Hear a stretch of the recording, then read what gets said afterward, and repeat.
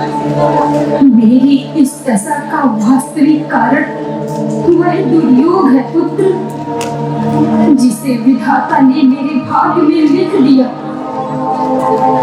लेकिन मुझे अपने भाग्य से रंच मात्र भी कष्ट नहीं, क्योंकि उसी विधाता ने वृक्ष रूपी तुम्हारे समान पुत्र भी सौंपा है, जो दिनकर में स्वयं तक कर मुझे छाया में शीतल बनाए रखता है, मूसलाधार बरसात में मुझ पर ओट बनाए रखता है, रात्रि की भयावहता में मुझे सांत्वना देता रहता है।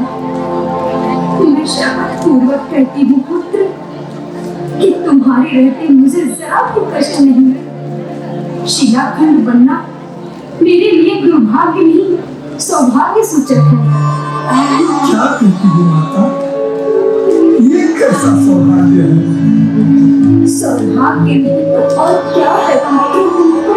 मेरे पिता के जीवन के निरस्ता को धरित्री का संस्पर्श मिला हुआ है, ममन का संगीत और दिनकर की आभा की दिव्यता मिली हुई है। तुम्हारे समान पुत्र के साहचर्य के बाद जीवन में ऐसी भी विपत्तियां हो, सौभाग्य का सूचक है। धरती मां में जुड़कर हम दोनों सह जाए हैं।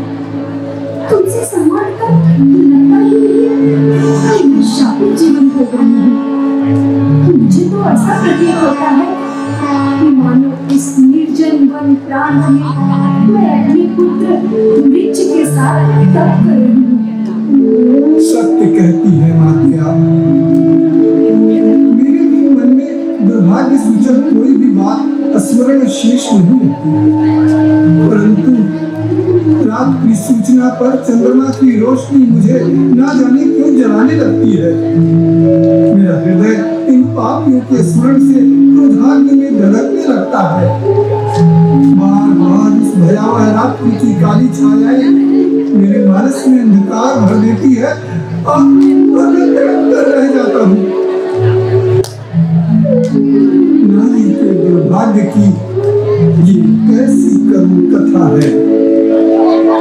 अहिल्या, जगत पिता ब्रह्मा की पुत्री अहिल्या, परम सुंदरी ऐसी कि उसके वर के चयन हेतु ब्रह्मा को भी संकटों से गुजरना पड़ा। ऋषि गौतम को योग्य पाकर ही अहिल्या का कन्यादान हुआ। यद्यपि मेरी बाल्यावस्था थी उस समय, पर मुझे याद है निरव पर चंद्रमा की अतिरिक्त हलचल को भाग कर जब मैंने जानने की कोशिश की, ये क्या देवराज इंद्र देवी अहिल्या के रूप पर आसक्त हो घृणित अवसर की ताक में था। और फिर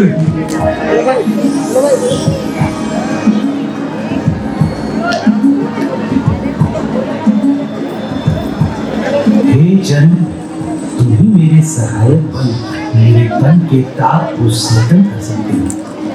आप आज्ञा करें देवराज, मैं कैसे आपकी पीड़ा कम कर सकता हूँ? चंद्रदेव, मैं रसिक हूँ, उससे पूर्व मैं राजा हूँ, समस्त जगत का स्वामी हूँ। जगत की सभी उपभोग्य वस्तुओं का उपभोग करना एक राजा का अधिकार है। मैं भली भांति जानता हूँ राजन, आप स्पष्ट कहें। गौतम ऋषि की पत्नी अहिल्या का रूप मेरे कष्ट का कारण है चंद्रदेव।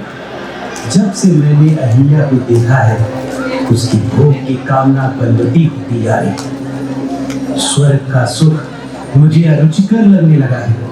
परंतु राजन, एक तो गौतम ऋषि की अर्धांगिनी परम पतिव्रता है, दूसरे वो प्रजापिता ब्रह्मा की पुत्री है। आप इसके परिणाम पर भली पूर्वक विचार करें। चंद्रदेव, मैं इंद्र हूँ, मैं राजाओं का राजा हूँ। समस्त जगत, हाँ समस्त जगत, यहाँ तक कि तुम भी मेरे अधीन हो, ये याद रखो। क्षमा करें देव, यद्यपि आप राजा हैं, तथापि आपकी मनोकामना उचित नहीं है। राजा के लिए कुछ भी अनुचित नहीं होता है चंद्र। राजा अधिपति है, वह शक्तिशाली है। शक्तिशाली जो करे वही उचित है। और मैं यह कार्य कुछ इस प्रकार करूंगा कि किसी को पता भी नहीं चलेगा।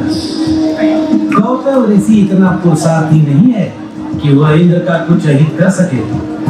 फिर ये काम की पीड़ा है, इस पर मेरा कोई बस नहीं। मेरी इस कार्य की सिद्धि में तुम ही मेरी सहायक बन सकते हो चंद्रदेव। कहिए राजन, मुझे क्या करना होगा? हे रात्र के स्वामी, गौतम ऋषि नित्य प्रति ब्रह्म मुहूर्त में नदी तट की ओर स्नान भी करते हैं। आपको सिर्फ इतना करना है कि मध्य रात्रि ब्रह्म मुहूर्त सा भाषित हो। ठीक है देव, मैं मध्य रात्रि में कुक्कुट बन बांध दे दूंगा। इससे ऋषि मध्य रात्रि को ब्रह्म मुहूर्त समझकर नदी की ओर प्रस्थान कर देंगे और आपका कार्य सुगम हो जाएगा। सुंदर चंद्रदेव, उत्तम युक्ति निकाली आपने। विश्वास रखिए, मेरे कार्य सिद्ध के बाद किसी को कुछ भी पता नहीं चलेगा। और हाँ, कुछ दिनों के उपरांत हम लोग किसी अवसर पर एक साथ रनिवास का आनंद उठाएंगे। धन्यवाद राजन, आपने मुझे अपना भेद बताया और मेरी सहायता मांगी। देवराज इंद्र की इच्छा पूर्ण करना समस्त देवों का सौभाग्य होता है। ठीक है चंद्रदेव, आज रात्रि मैं आपकी बात की प्रतीक्षा करूंगा।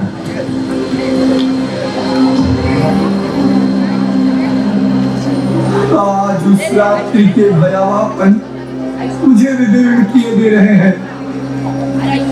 कैसे कहूं मैं, कैसे कहूं उस व्यथा को, कैसे कहूं चंद्रमा और इंद्र के उस कपट को। उस समय को भूल नहीं पाता हूं, सह नहीं पा रहा हूं उस व्यथा को। ज्ञान की उस आयु में भी मुझे इंद्र के कपट का भान हो गया था। किंतु किंतु कैसे बताता मैं तुम्हें, तुम्हारे बीच संवाद का जो सेतु अब बना है माँ के, यदि वह पहले से होता माँ, तो उस प्रभात की बेला भी मंगल सूर्योदय ही होती। पुत्री, तुम अपने हृदय में पाप को लेश मात्र भी स्थान दोगे तो उसके फल तुम्हें दसेंगे। उसके स्थान पर तुम अपने हृदय में आशा के दीप प्रदीप्त करो और ध्यान करो कि ऋषि ने मुझे शाप से मुक्ति का जो मार्ग बताया है। तुम श्री चरणों का स्मरण करो, उस नाम का जाप करो जिसके ऊपर संसार अवलंबित है, जो रोग शोक पाप नाशक है, जो राम है।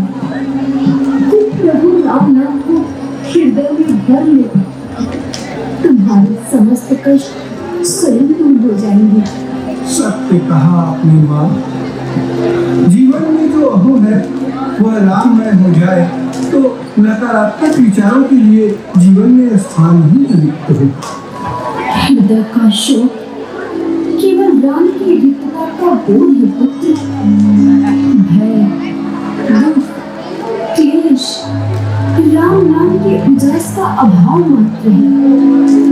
प्रत्येक श्वास के साथ राम नाम का सुमिरन ऐसा रस है कि मैं जन्मों जन्मों की बनी उसकी बात जोड़ सकती हूँ। राम राम मेरे अंतर आत्मा की स्वामी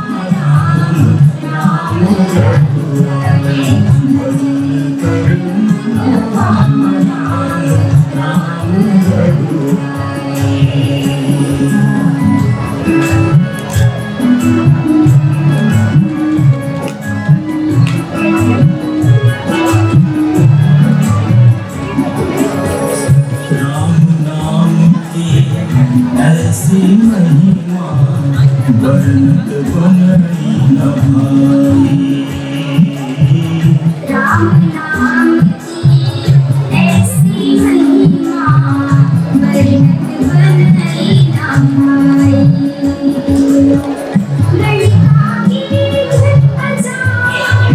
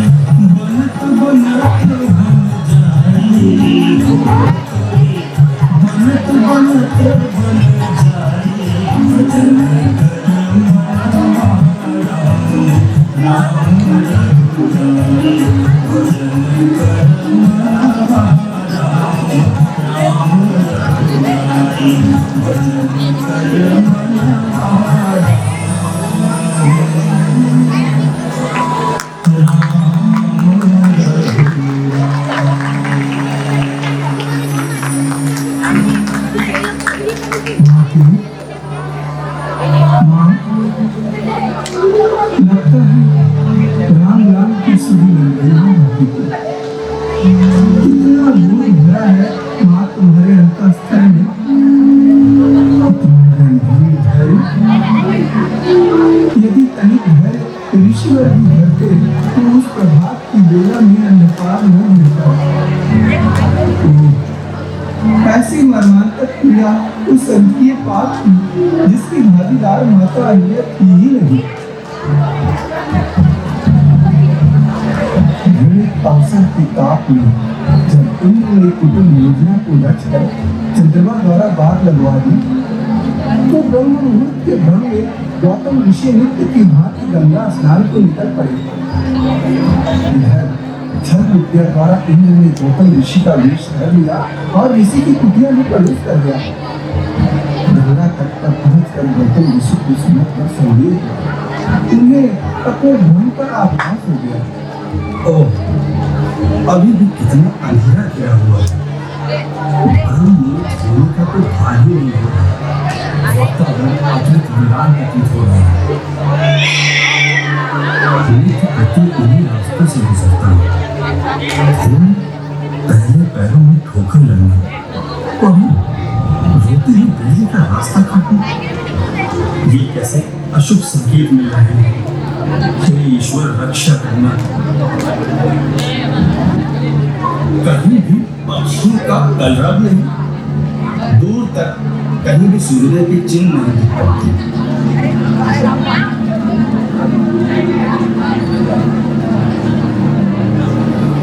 नदी की धारा को इतना शांत तो कभी न पाया मैंने। यूं प्रतीत होता है जैसे नदी अपनी धारा को समेट कर गहन निद्रा में लीन हो।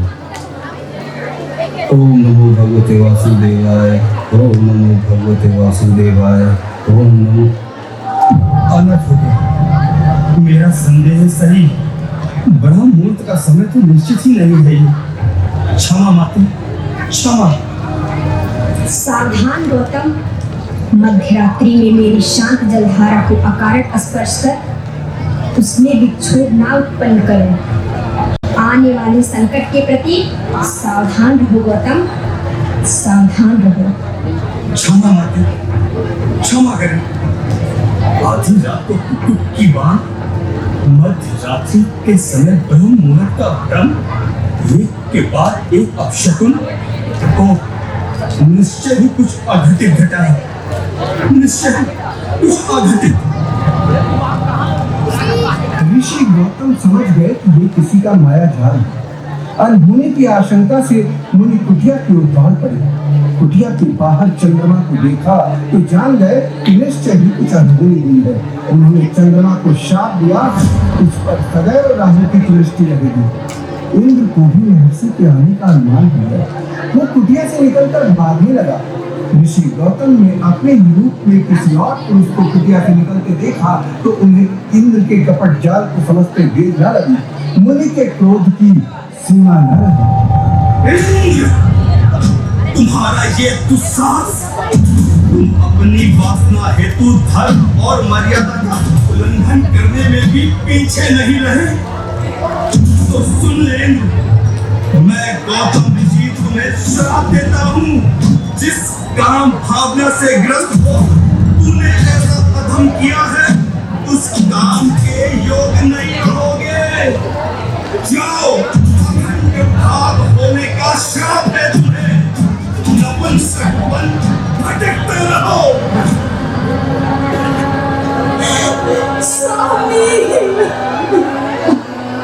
अहिल्ये, दूर रहो मुझसे। तुम्हारा स्पर्श भी मेरे लिए पाप है। एक पतिव्रता होकर भी तुम छद्म वेशधारी इंद्र को पहचान न सके। ये तुम्हारा निकृष्टतम पाप है। मैं तुम्हें श्राप देता हूँ कि तुम काम रूप विहीन शिला में परिवर्तित हो जाओगी। पाषाणी बनकर धरती पर पश्चाताप की ज्वाला में धड़कती हो। कहो अहिल्ये, मैंने तुम्हारा त्याग किया।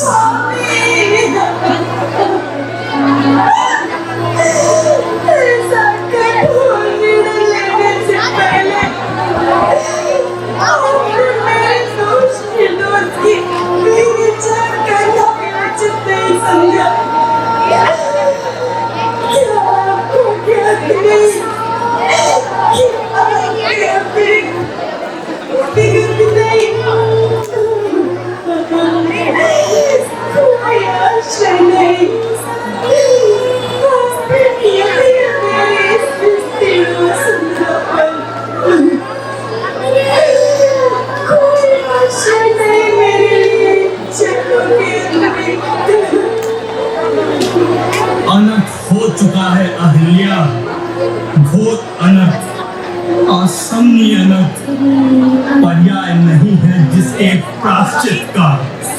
पर्याप्त कारण है कि तुम्हारा साहचर्य नहीं सह सकूंगा अब, नहीं सह सकूंगा अब।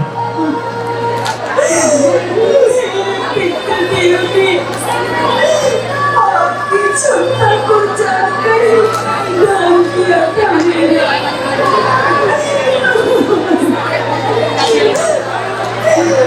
इस छलना में मेरा क्या दोष शामिल है? इतनी सुदीर्घ यात्रा के पश्चात भी जो मेरी पराय के सानिध्य में अंतर नहीं कर सकी, नहीं सह सकूंगा उसका सहजीवन, कदापि नहीं सह सकूंगा।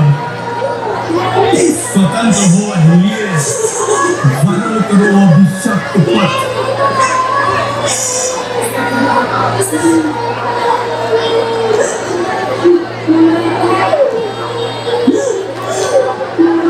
आपका शाप मुझे सिरदाई है स्वामी।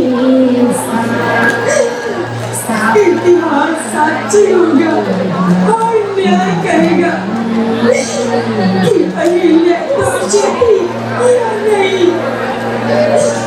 एक पतिव्रता स्त्री के लिए उसके स्वामी की इच्छा का पालन करना धर्म है। भले ही वह शाप भी करना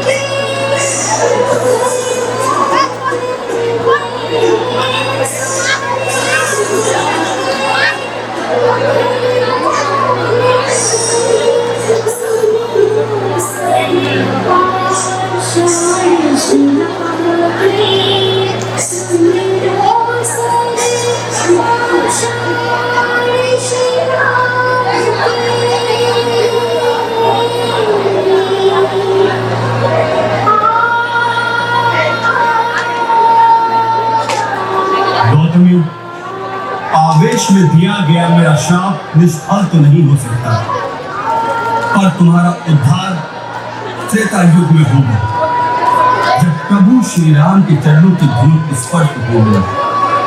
उस दिन तुम्हारी मुक्ति होगी। उन्हीं प्रभु श्री राम के दर्शन से तुम्हें भगवत चरण में स्थान प्राप्त होगा और तुम अपने पूर्व स्वरूप में पुनः लौटाओगे।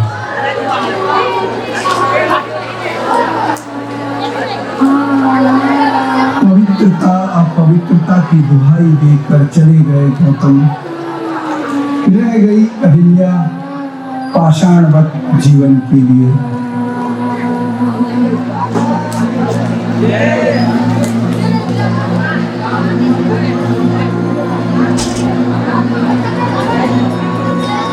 मैं तुम्हें श्राप देता हूँ कि तुम काम रूप विहीन शिला में परिवर्तित हो जाओगे, पथराई बनकर धरती पर पश्चाताप की ज्वाला में धड़कती हो। अहिल्ये, मैंने तुम्हारा त्याग किया।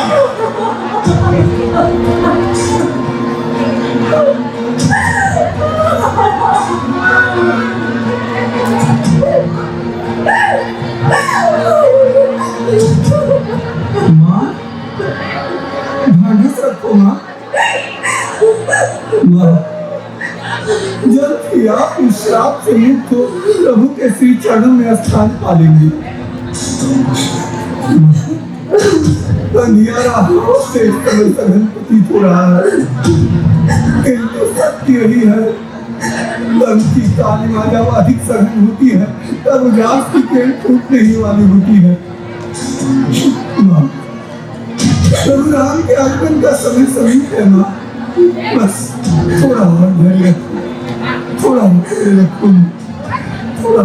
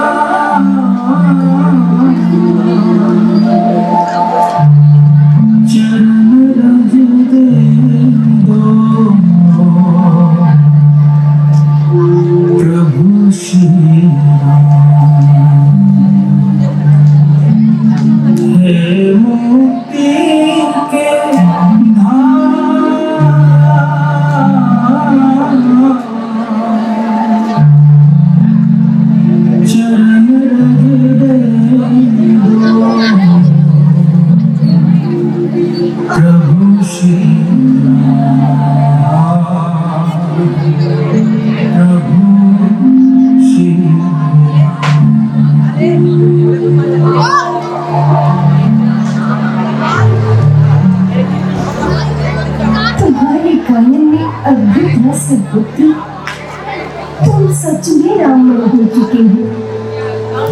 तुम्हारी प्रत्येक शाख, पल्लव, पुष्प सब में राम का गान सुनाई देता है। सकाम साधना के इस पद पर तुम मेरा गुरु समान मार्गदर्शन करते रहते हो। ये आप क्या कह रहे हैं? राम की साधना का पाठ मैंने आपसे सीखा है। हाँ, ये सत्य है कि मेरी साधना सकाम है, लेकिन यह वैयक्तिक है। राम के दर्शन की आतुरता मुझे आपके उद्धार हेतु अवश्य है माते, परंतु उस कमल नयन आजान बाहु पद कमलों का ध्यान मुझे रोमांचित कर देता है माँ। जब भी मैं उन्हें आपके सम्मुख उपस्थित हो जाने का स्मरण करता हूँ, मैं उस क्षण के आह्लाद से आप्लावित हो झंझना उठता हूँ। कोटि कोटि पुण्य के प्रताप से मुझे आपके समान मातृत्व की छाप प्राप्त हुई है। इस पर आप ही के पुण्य से मैं भी बड़भागी बन प्रभु श्री राम के दर्शन कर सकूंगा। सत्य कहा पुत्री, प्रभु राम की स्मृति अनंत राशि सागर में डूबते पथिक की पतवार है। मुझे उस क्षण की विवेचना से अधिक स्फूर्ति हे राम नाम की जब से प्राप्त होती है। ठीक कहा माते, लक्ष्य पर पहुंचने को आतुर पथिक पथ के आगत सौंदर्य को नहीं निहार पाता, जबकि गंतव्य पर पहुंचना किसी एक क्षण घटित हो जाने वाली घटना है। पर पथ का सांचल लंबा और दीर्घ होता है। उत्तम बात कही तुमने पुत्र। जीवन को लक्ष्य तक पहुंचने से ज्यादा सुख जीवन पथ पर आनंद पूर्वक बढ़ते रहने में है। माते, आपकी बातें जीवन को सुखपूर्वक जीने का एकमात्र सूत्र है। आपका अंतर्बोध जागृत है। भले आप वर्षों से शिला रूप में एक स्थान पर अविचल स्थापित हैं, परंतु जीवन रहस्यों पर आपकी व्याख्या किसी सिद्ध योगी की भांति कितनी सुस्पष्ट है। ये सिद्धि ऋषि गौतम के सानिध्य और सेवा का प्रसाद है। जीवन रहस्य के विज्ञान का मैंने कभी विशेष अध्ययन नहीं किया। ऋषियों का सच्चेपन मैंने तुम्हें समझा और सीखा है। अन्यथा ना ले माते, तो बहुत वर्षों से एक बात मेरे मन में है जो मैं आपसे पूछना चाहता हूँ। पूछो पुत्र, निसंकोच पूछो।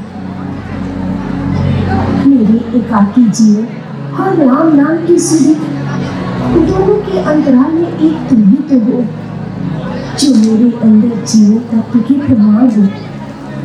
अन्यथा शिला का क्या अस्तित्व?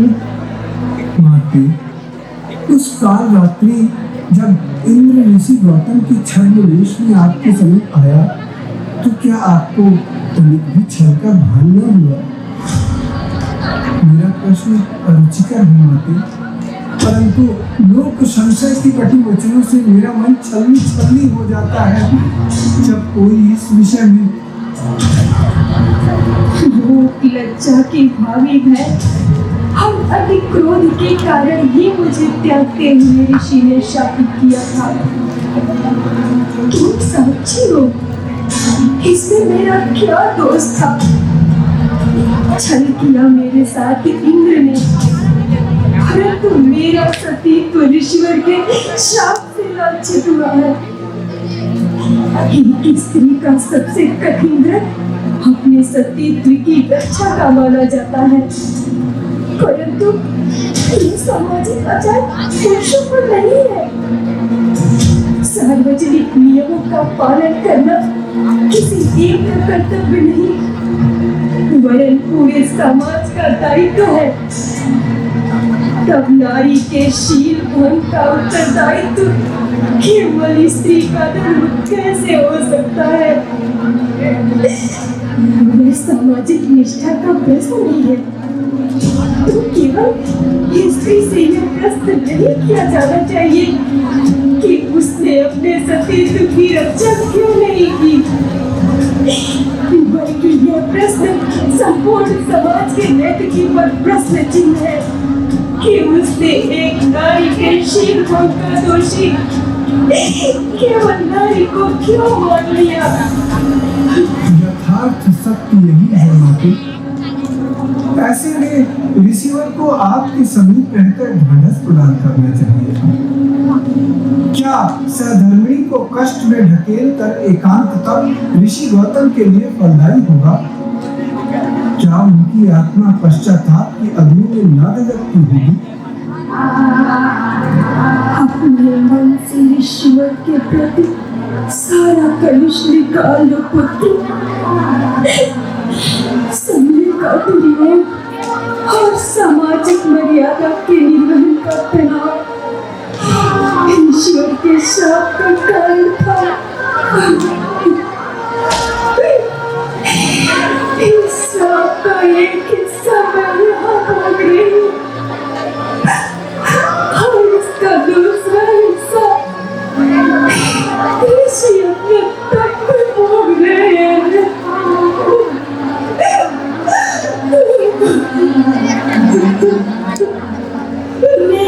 मैं हूँ कृष्णासी, कृष्णासी,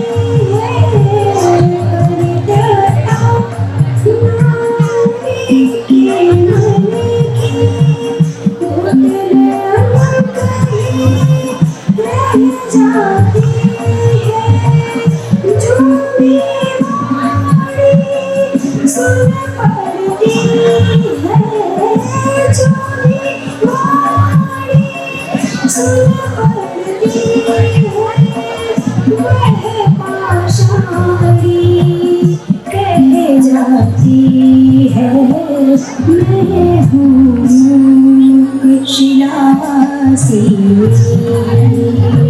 मैं हूँ शिलासी।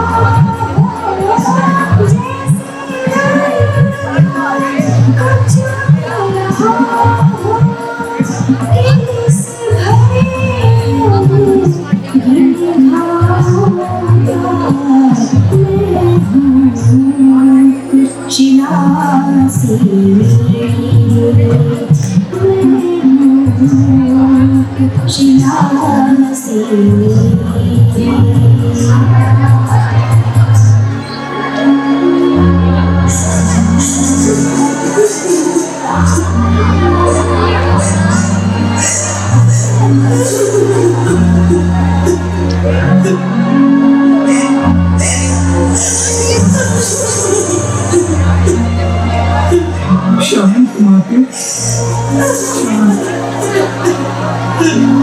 आपका रुदन सुनकर हृदय के भाव परमात्मा को रुकने लगते हैं। तो राम नाम का ही सहारा है। प्रभु राम और के प्रीत की इच्छा करनी होगी, इच्छा करनी होगी राम। अब तो आओगे राम।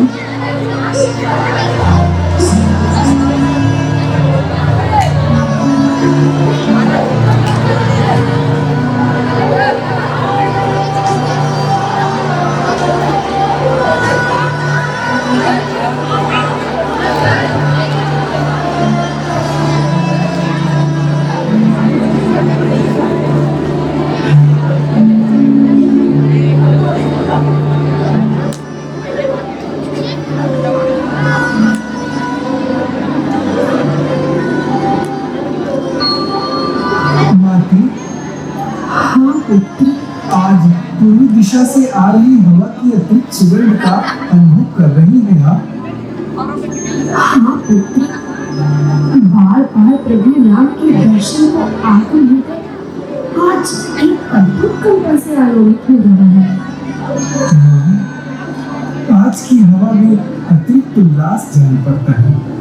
प्रातः से शुभ संकेत मिल रहे हैं। सत्य कहा पुत्र, यूं प्रतीत हो रहा है कि आज हम दोनों की तपस्या की सिद्धि का दिन है। जैसे ऋषिवर का शाप दूसरे बोझ नहीं है आज। हाँ, आज मेरी प्रत्येक शाख पल्लव पत्तियां अनिर्वचनीय आनंद से ओतप्रोत हो रही हैं। भावी शुभ संकेत के समस्त चिन्ह आज जगमग हो उठे हैं। धरती माँ ही आनंद में संकेत कर रही है। उनकी सारी विचार शांत होते प्रतीत हो रहे हैं। ये सब प्रभु के आगमन के ही संकेत है। निश्चय ही आज हमारे भगवान का शुभागमन है। निष्ठुर बन बीते दिवस, काल सदृश यह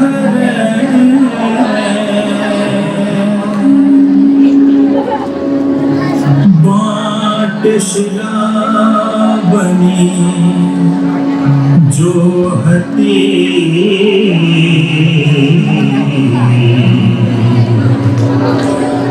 प्रभु दर्शन को नहीं।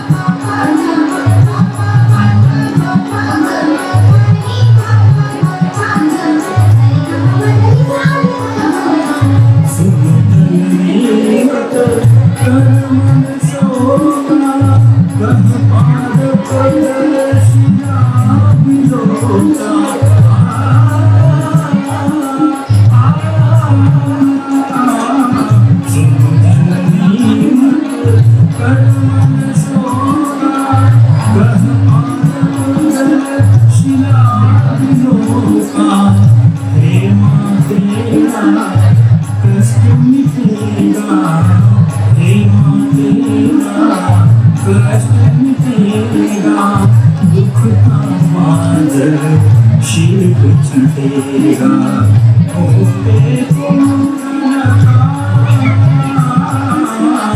चरण रहे दो प्रभु श्री राम होंगे चरण रहे दो प्रभु श्री राम भव भंजन हर हर सुबरनी के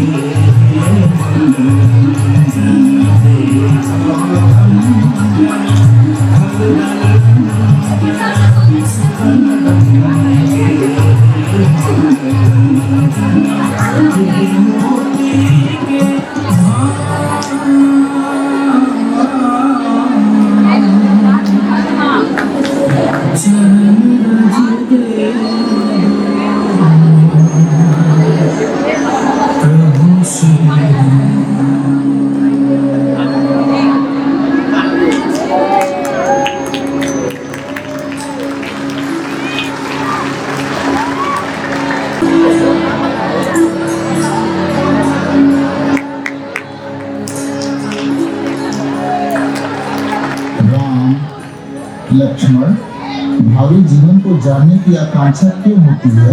गुरुदेव, अविश्वास और प्रेम का अभाव हमें भविष्य में होने वाली घटनाओं को जानने के लिए उकसाता है। सत्य कहा सौमित्र, यथार्थ यही है। क्यों राम, तुम्हारा क्या मत है?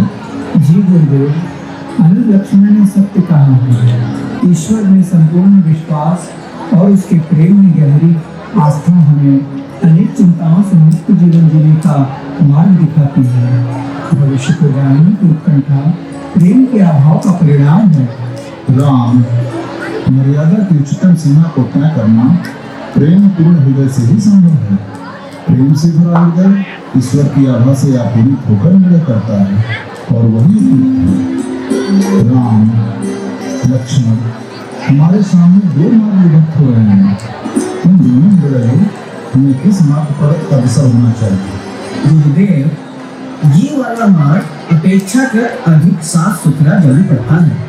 यूं प्रतीत होता है इस मार्ग पर पथिक आते जाते रहते हैं, अतः हमें इसी मार्ग पर चलना चाहिए। राम, तुम्हारा क्या मत है?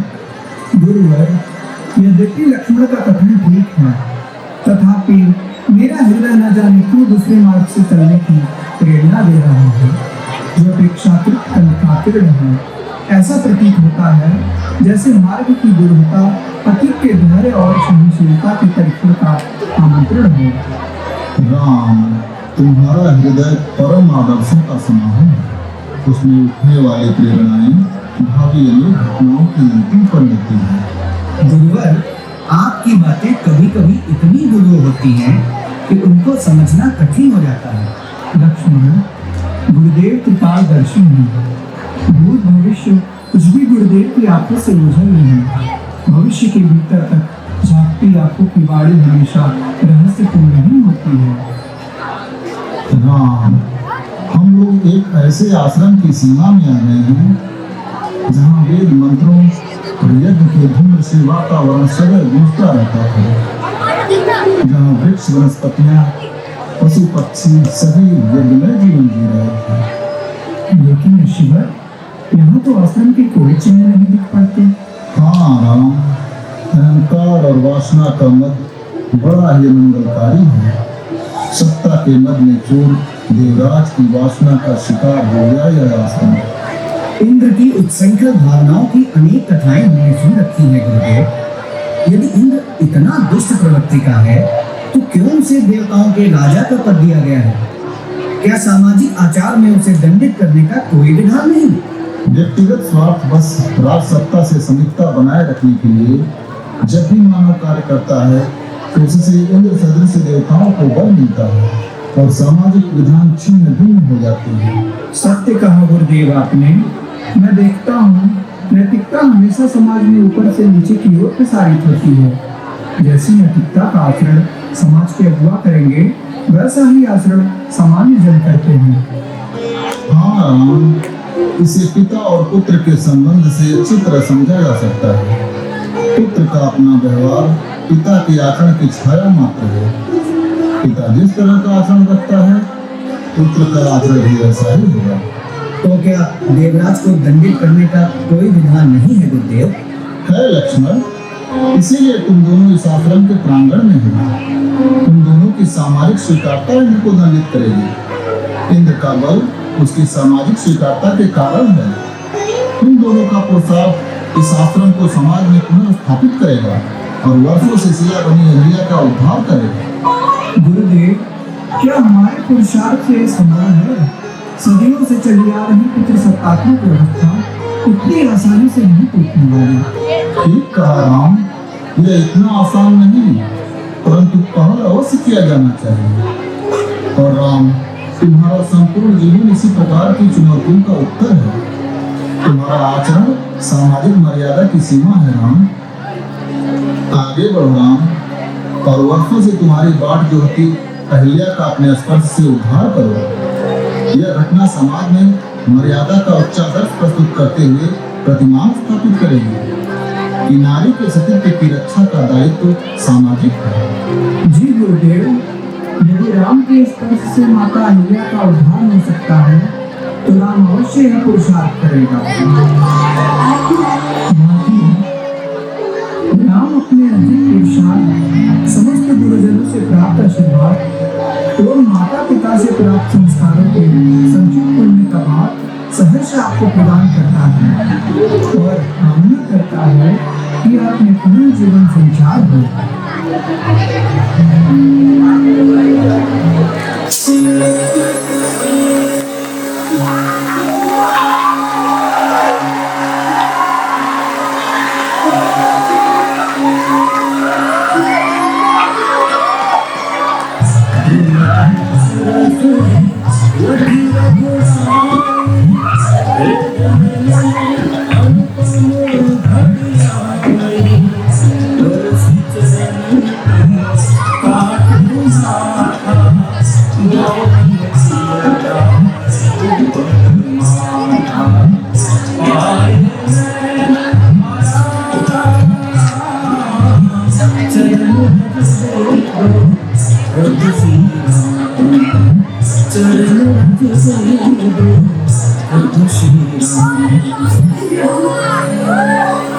मेरे भ्राता राम, युगों युगों तक आपकी कीर्ति मानव जीवन को मर्यादा का पाठ पढ़ाती रहेगी।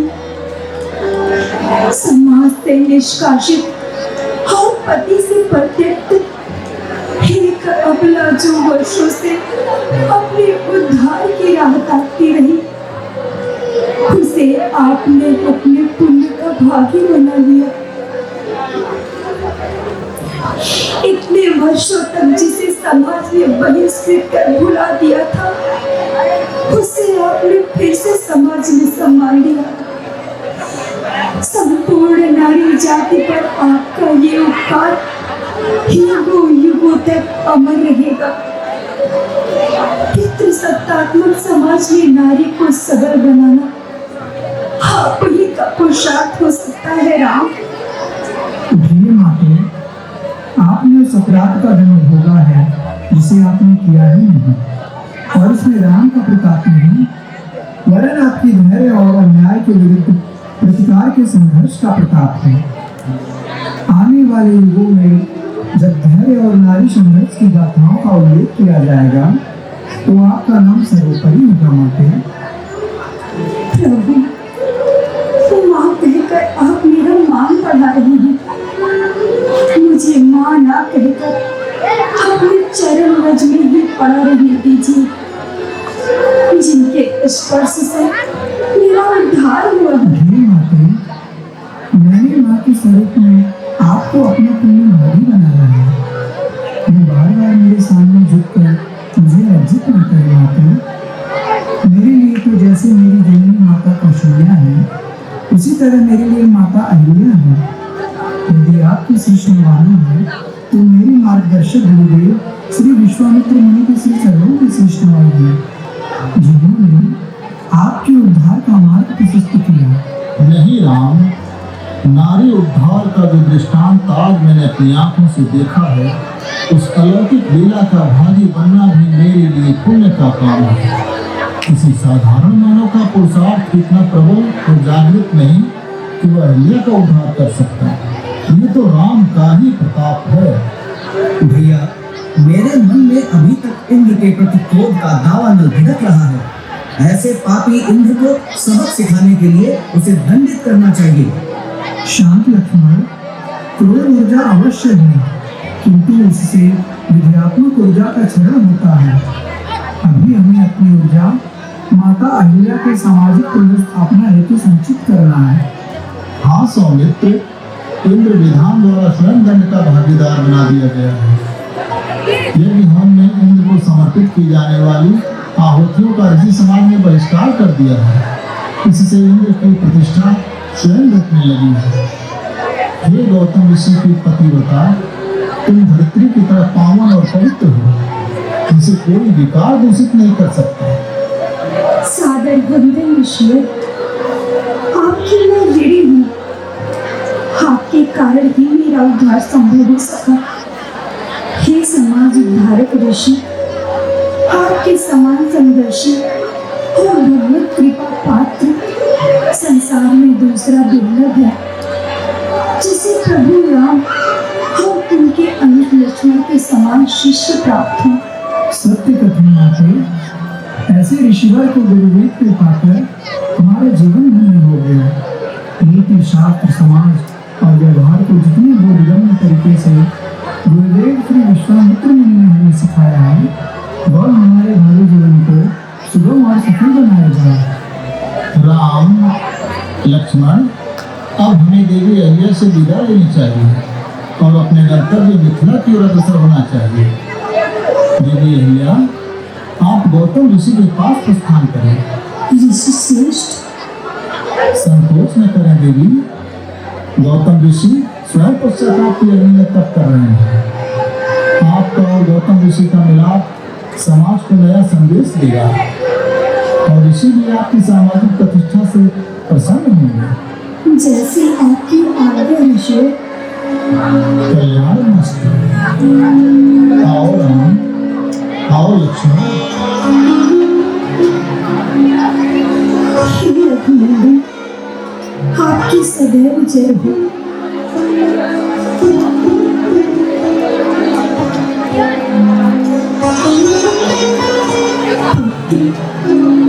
कितने वर्षों तक हम दोनों प्रभु राम की प्रतीक्षा करते रहे। आज उनके दर्शन करके हम दोनों का जीवन धन्य धन्य हो गया। अब हमारे तुम्हारी भी विदाई की बेला आ गई है पुत्र। तुम्हारी माता शिला के रूप में तुमसे जो स्नेह और अनुभव पाती रही, उसकी मैं आजीवन ऋणी रहूंगी। वास्तव में जो अपना सर्वस्व देने को तैयार हो, वही देवता है। तो इस पृथ्वी के वास्तविक देवता तो तुम ही हो ऋषि। मेरे पुत्र, अपना विदा लेते हैं। यशस्वी हो। प्रणाम माते।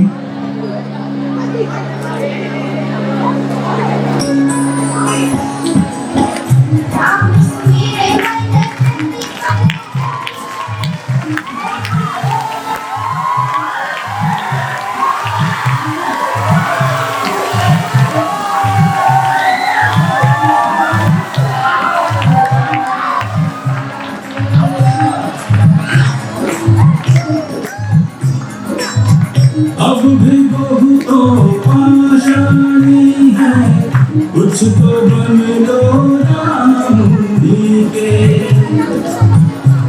संदेश कथा में यही संगीत, सुनो स्वर पाषाण शिला के।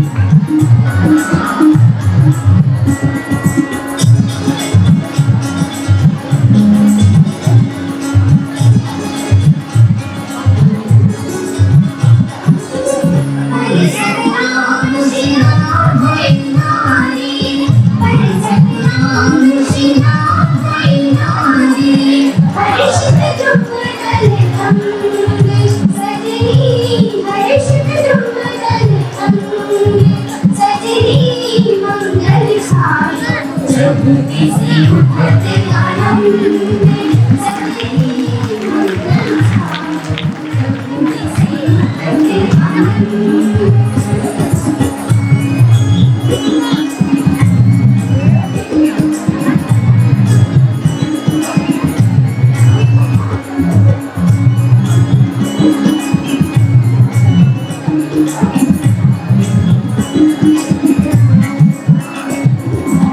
सुमिरत नाम करत दुख भारी सुमिरत नाम करत दुख भारी जय जय करवचन सजनी जय जय करवचन सजनी मंगल छायो जगदीश उठते आनंद सजनी मंगल छायो जगदीश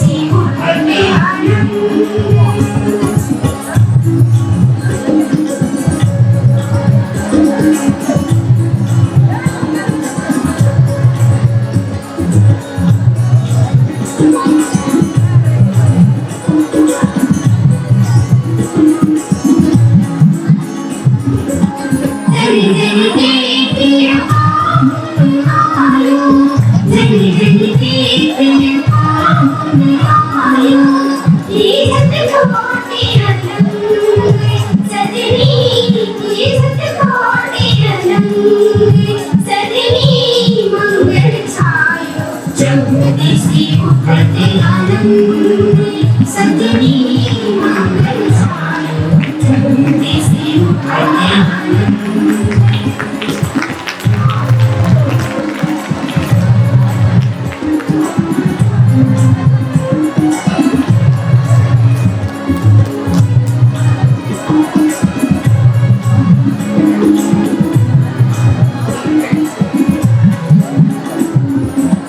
जगमग दीप जगत हर द्वारे जगमग दीप जगत हर द्वारे लख छम लक्ष्य रंग सजनी लख छम लक्ष्य रंग सजनी मंगल छायो जगदीश से उठते आनंद सजनी